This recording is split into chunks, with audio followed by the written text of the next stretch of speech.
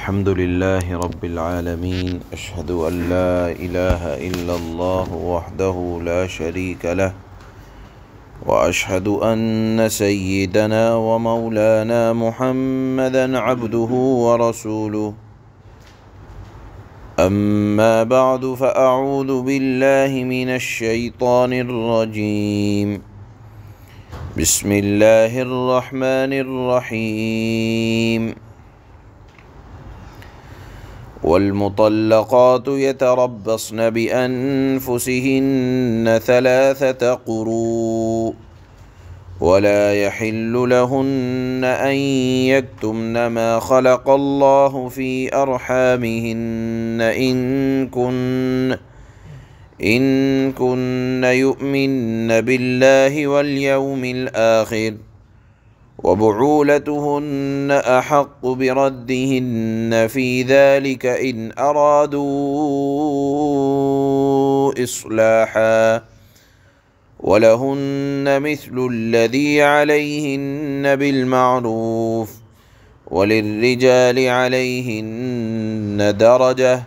والله عزيز حكيم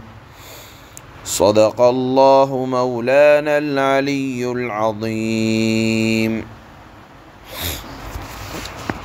اس آیت کے اندر اللہ پاک نے طلاق کے بعد عدت کے مسائل کو بیان فرمایا ہے۔ طلاق چونکہ ایک طرح سے عورت کا اور مرد کے تعلقات کو ختم کرنے کا ایک ذریعہ ہے، کل اس کی بات آئی تھی، اور چونکہ اسلام یہ نہیں کہتا کہ اگر کسی کے ساتھ مزاج نہیں مل رہے ہیں تو ہمیشہ کے لیے آدمی کڑتا رہے، بلکہ جس طرح رشتہ ازدواج میں بننے کے اللہ نے احکام بیان فرمائے جس کو نکاح کہتے ہیں، اسی طرح اگر ایک گھر میں میاں اور بیوی کے تعلقات آپس میں مزاج نہیں مل پا رہے تو اللہ نے علیحدگی کے بھی احکامات بیان فرمائے، اگرچہ اس کے بارے میں اللہ کے نبی صلی اللہ علیہ وسلم کا ارشاد موجود ہے کہ بری جائز چیزوں میں سب سے بری جائز چیز جو اللہ کے نزدیک بہت زیادہ بھاری ہے وہ ہے طلاق۔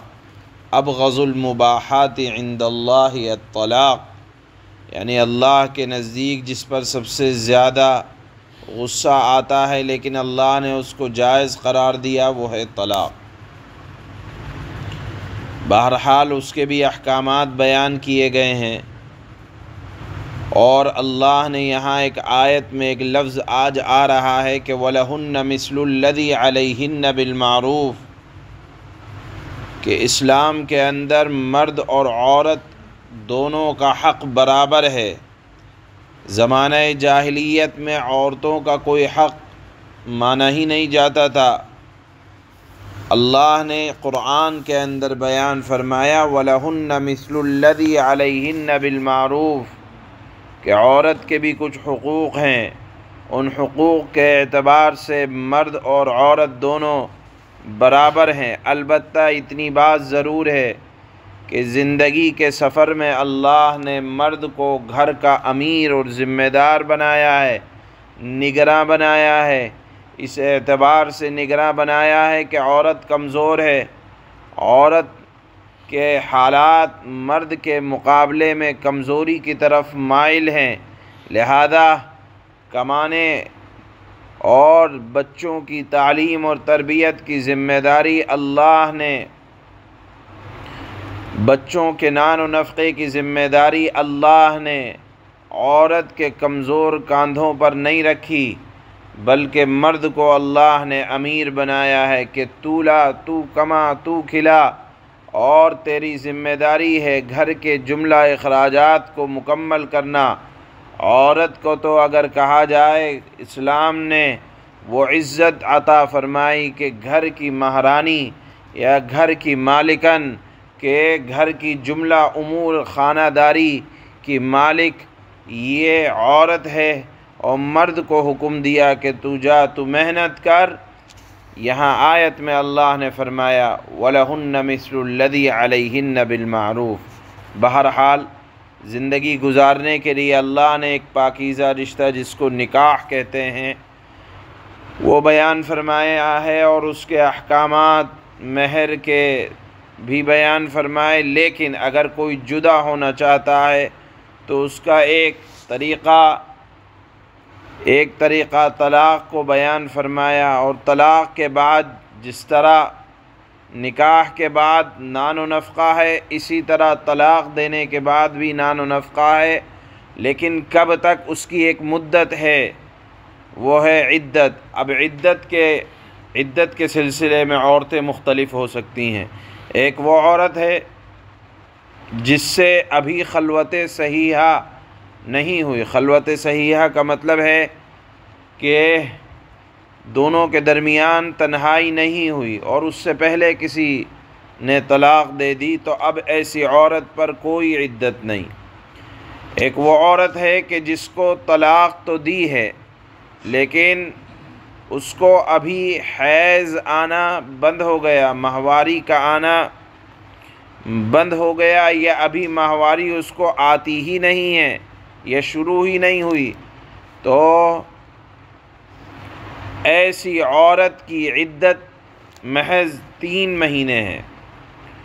اور اگر عورت ایسی صورتحال یہ ہے کہ اس کو طلاق ایسی صورت میں دی گئی ہے کہ اس کے پیٹ میں بچہ ہے، تو اب مرد کی ذمہ داری ہے کہ جب تک بچہ جنم نہ لے لے اور وضع حمل نہ ہو جائے تب تک مرد اس عورت کی عدت جاری رہے گی، وہ کسی اور سے وہ عورت شادی نہیں کر سکتی۔ ایک عورت وہ ہے کہ جس سے خلوت صحیحہ بھی ہوئی ہے اور اس کو حیض بھی آتا ہے،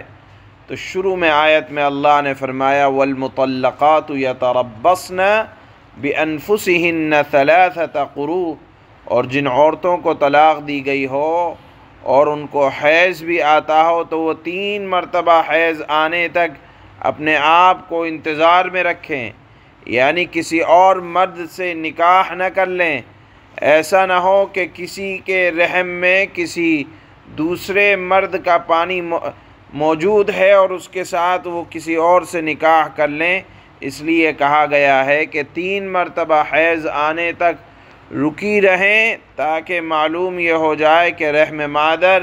بالکل صاف ہے اور اس میں کوئی حمل نہیں ہے،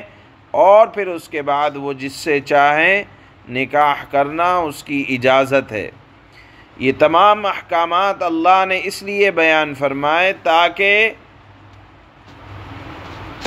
معلوم یہ ہو جائے کہ عورت نے جس کے ساتھ زندگی گزاری ہے اس کا بچہ تو نہیں ابھی پل رہا۔ اگر بچہ پل رہا ہے تو وہ بچہ کس کا ہوگا، اس کے اخراجات کس کے اوپر ہوں گے، یہ تمام باتیں ہیں۔ اس وجہ سے عدت کے احکام اللہ نے بہت وضاحت کے ساتھ یہاں بھی سورہ بقرہ میں بھی، سورہ احزاب میں بھی، اور 28ویں پارے میں تو مسلسل ایک سورۃ الطلاق ہے، وہاں اللہ نے بہت تفصیل سے احکامات بیان کیے، اور یہاں تو اللہ نے احکامات بیان کرنے کے بعد ایک جملہ جو بہت مشہور ہے بیان فرمایا کہ وَلَهُنَّ مِثْلُ الَّذِي عَلَيْهِنَّ بِالْمَعْرُوفِ، عورت کے بھی حقوق ہیں، ان کو جاننا چاہیے، پہچاننا چاہیے۔ اور اللہ کے نبی نے تو حجۃ الوداع کے موقع پر جو اخیر کا خطبہ بیان فرمایا اس میں ارشاد فرمایا کہ دیکھو اللہ کے سلسلے میں تمہارے جو بیویوں کے حقوق ہیں ان سے ڈرتے رہنا، اور ایسا نہ ہو کہ تم ان پر ظلم و زیادتی کر سکو۔ یہ تو اسلام کی مہربانی ہے کہ بہترین انداز میں اللہ نے تمہیں تمہاری عورتوں کا ذمہ دار بنایا ہے۔ اللہ کے نبی نے فرمایا کہ میرے دنیا سے جانے کے بعد تم ان عورتوں پر ظلم و زیادتی نہ کرنے بیٹھ جانا، بلکہ فرمایا کہ جب تک قرآن اور سنت کو مضبوطی سے تھامے رہو گے جب تک تم گمراہ نہ ہوگے تمہارے اندر بگاڑ نہ آئے گا۔ بہرحال حجۃ الوداع کے موقع پر جو آخری خطبہ آپ نے ارشاد فرمایا، اس میں خاص طور پر جو تاکید کی گئی وہ عورتوں کے حقوق کے سلسلے میں اللہ کے نبی صلی اللہ علیہ وسلم نے عورتوں کے حقوق اور مردوں کے سلسلے میں ان کو متنبہ فرمایا، ظلم و زیادتی سے باز رہنے کی ہدایات فرمائی۔ یہ آیت بھی انہی حقوق سے متعلق ہے۔ اللہ فرماتے ہیں وَالْمُطَلَّقَاتُ يَتَرَبَّصْنَ بِأَنفُسِهِنَّ ثَلَاثَةَ قُرُوءٍ،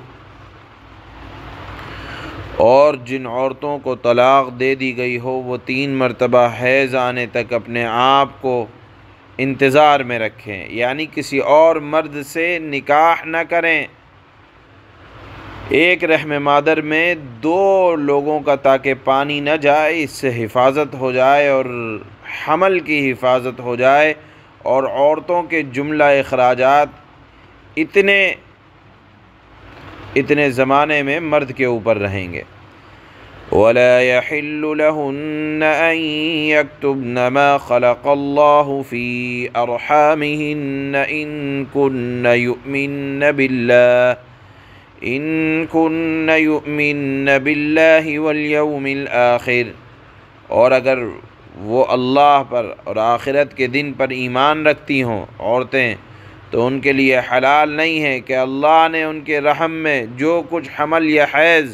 پیدا کیا ہے اسے چھپائیں، یعنی صاف صاف بتائیں۔ اگر حمل ہے تو بھی بتائیں، ایسی صورت میں عدت لمبی ہو جاتی ہے،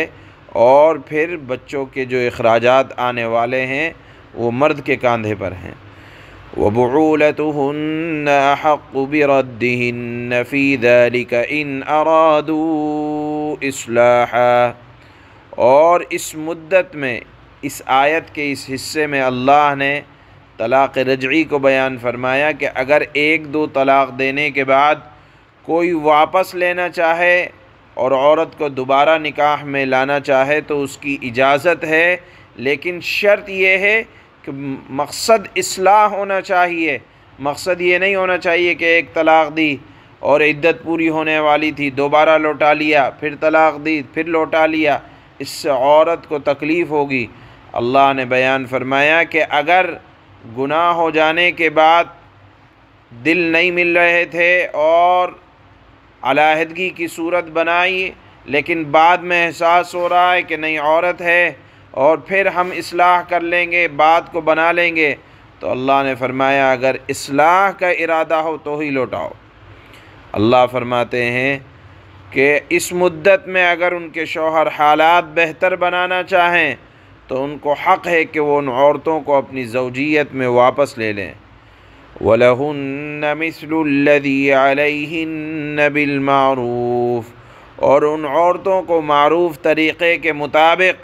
ویسے ہی حقوق حاصل ہیں جیسے مردوں کو ان پر حاصل ہیں، یعنی مردوں کے بھی حقوق ہیں اور عورتوں کے بھی حقوق ہیں، حقوق کے اعتبار سے دونوں برابر ہیں۔ وَلِلرِّجَالِ عَلَيْهِنَّ دَرَجَةٌ، ہاں مردوں کو ان پر ایک درجہ فوقیت ہے، یعنی مرد کو اللہ نے گھر کا امیر بنایا ہے، محنت کرنے کی ذمہ داری اللہ نے مرد کے کاندھے پر رکھی ہے۔